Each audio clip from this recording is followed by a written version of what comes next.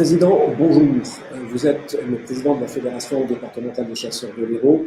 Je vous remercie de répondre aux questions de J'aime la chasse. Hélas, j'aurais préféré que ce soit dans des circonstances plus heureuses, mais le contexte actuel à Montpellier fait qu'il était, à mon avis, important d'entendre votre réaction et de vous avoir au micro de J'aime la chasse. Encore une fois, merci et bonjour.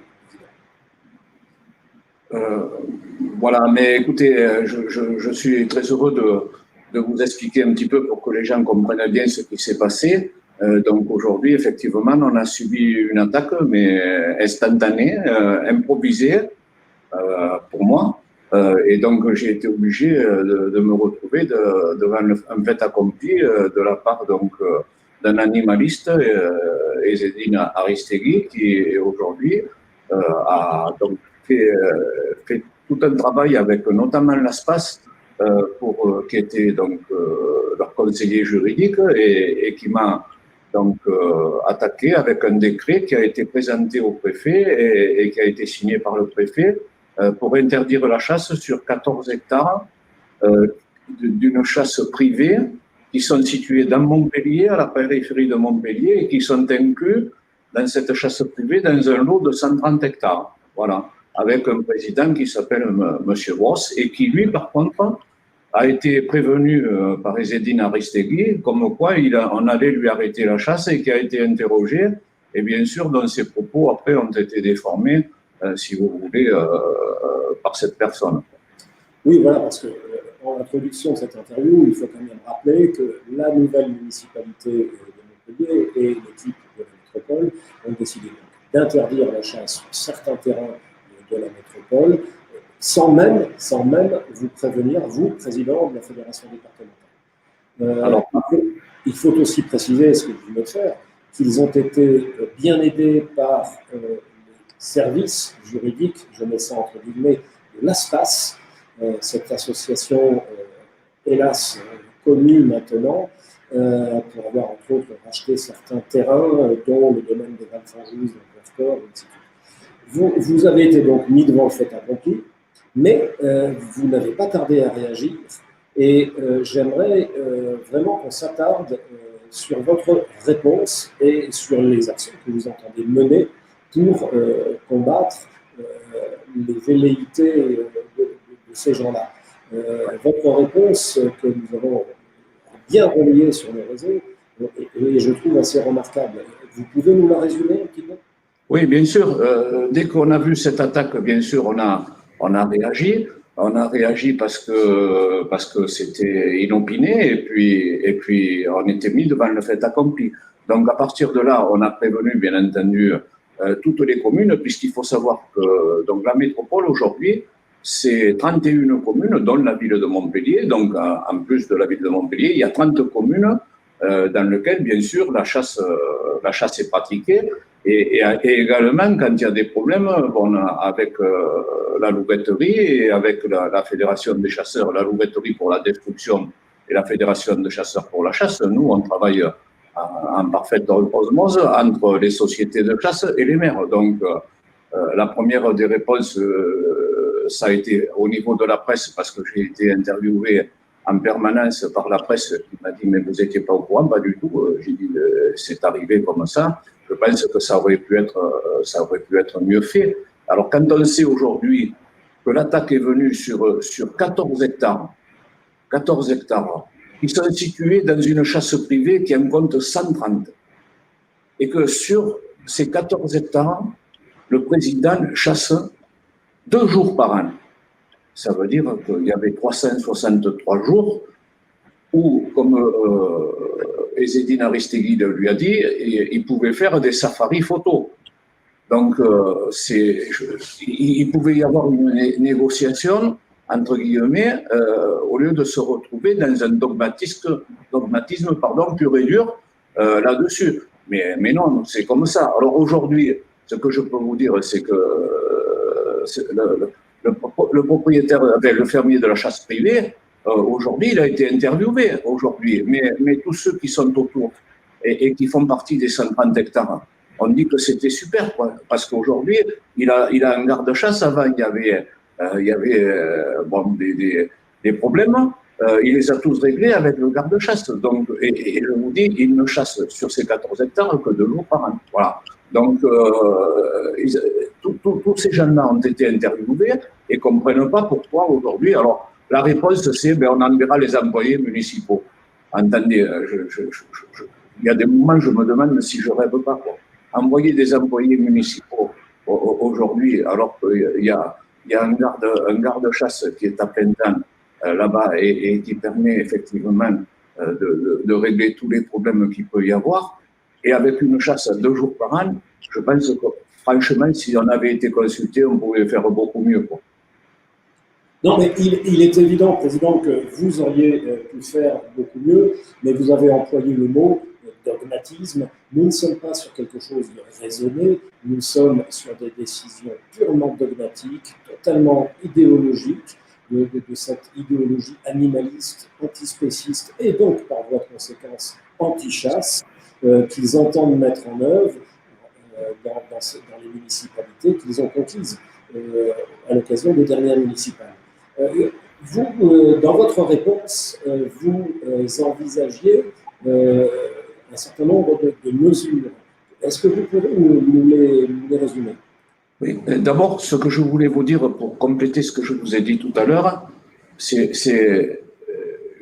j'avais pas l'ambition, si vous voulez, de retourner Zedine à Restegui, mais je me dis qu'en quelque part, vu les rapports que j'avais avec l'ancien maire de Montpellier, je pense que le nouveau maire aurait pu me consulter avant de donner les clés du camion à quelqu'un qui manifestement ne comprend rien, ni à la chasse,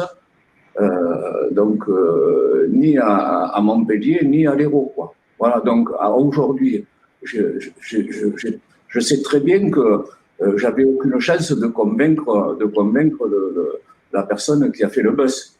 Mais il a fait le buzz, mais c'est volontaire et tout. Mais je me dis qu'en quelque part, je ne sais pas, ou alors l'ancien maire, quand je voulais discuter avec lui, j'avais aucun problème, quoi, avec son adjoint. On discutait. Là aujourd'hui, le nouveau maire, je lui aurais dit, attendez, ne le laissez pas partir comme ça, parce que s'il comprend rien, ça va être catastrophique. Et c'est ce qui s'est passé, quoi. Il lui a donné les clés du camion, mais le problème, c'est qu'il n'a pas le permis, quoi. J'aime assez cette réflexion. Je crois qu'en effet, elle résume assez bien la situation. Vous aviez annoncé dans votre réponse que vous alliez arrêter le piégeage de sangliers sur les territoires de la métropole, puisque vous n'étiez plus le bienvenu, c'est cela? Alors là, je vais être très précis. J'ai envoyé une lettre aux 31 maires, y compris le maire donc le président de la métropole, bon, pour la mairie de Montpellier. J'ai envoyé un courrier. Ce que je dis aujourd'hui, c'est que on a travaillé les 31 ensemble. Aujourd'hui, il y en a un seul aujourd'hui qui me déclare la guerre.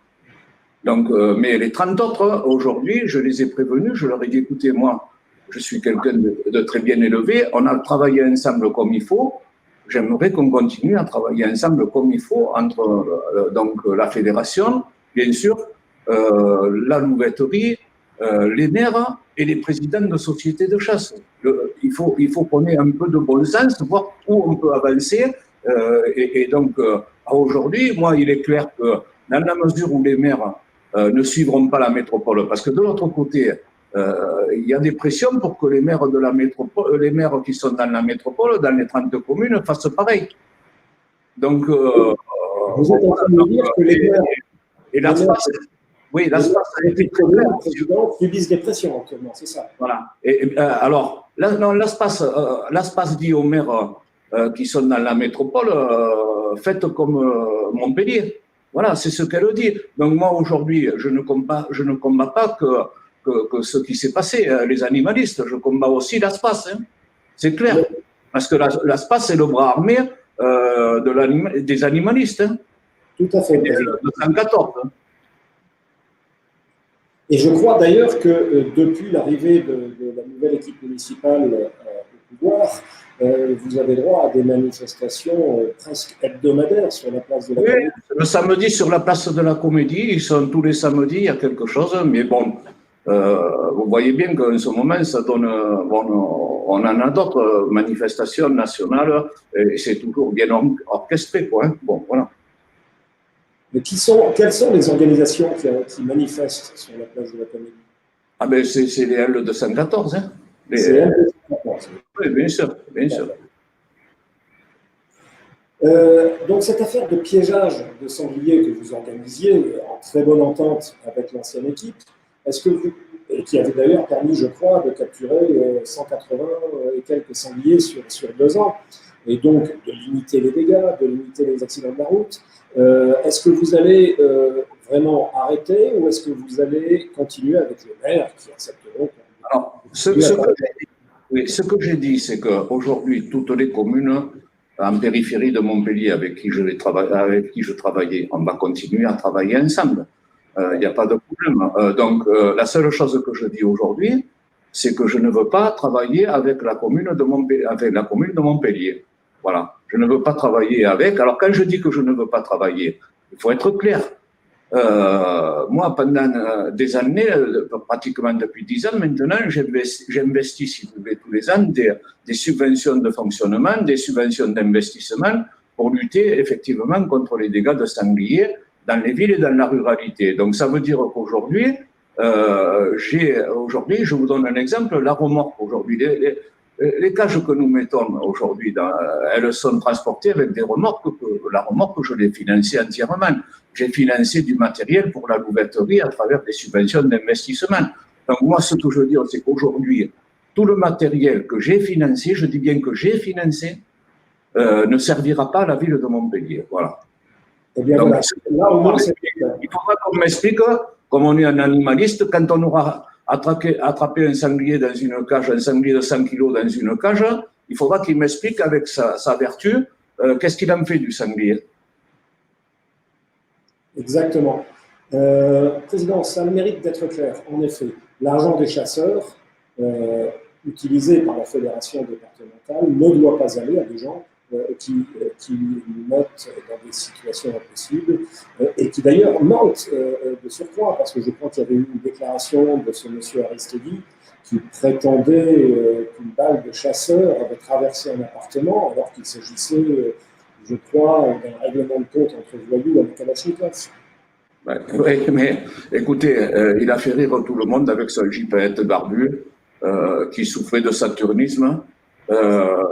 Et puis, bien sûr, la balle qui est rentrée à la paillade, comme si les chasseurs chassaient au centre de Montpellier. Quoi. Je veux dire, bon, j'ai rien à dire, quoi. J'ai rien à dire. C'est pitoyable. Donc, au bout d'un moment, aller dire que les chasseurs ont envoyé une balle alors que c'est une balle de Kalachnikov, au bout d'un moment, et pour d'autres problèmes que je ne vais pas citer ici. Bon, voilà, je ferme la parenthèse. Très bien. Bon, Président, nous avons bien compris dans quelle situation vous vous trouvez actuellement. Nous avons bien compris que vous n'entendez pas baisser les bras. Nous pouvons que vous y encourager, car il faut non seulement promouvoir, mais maintenant défendre la chasse. Vous le faites remarquablement, il paraît depuis de nombreuses années à la tête de la Fédération de l'Hérault. J'aime la chasse, je vous remercie encore une fois d'avoir pris le temps pour répondre à nos questions. Et puis, nous vous souhaitons bon courage dans le combat qui, j'en ai peur, ne fait que commencer contre ces gens-là. Président, merci.